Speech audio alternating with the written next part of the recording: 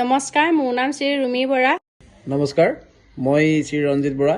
মই মাজুলী উজনি মুদেবিল গাঁৱৰ নিবাসী। মাইনা অট'মেটিক তাঁতশালখন একোটা পৰিয়ালৰ নিশ্চিত উপাৰ্জনৰ পথ। আমি এইখন তাঁতশালৰ যোগেদি যথেষ্ট উপাৰ্জনৰ পথ সুগম কৰিব পাৰিছোঁ। লগতে মাইনা অট'মেটিক তাঁতশালখন একচুৱেলি মই আদৰ্শ হিচাপে লৈছিলোঁ ইউটিউবত বিভিন্ন ভিডিঅ'ৰ মাধ্যমেৰে।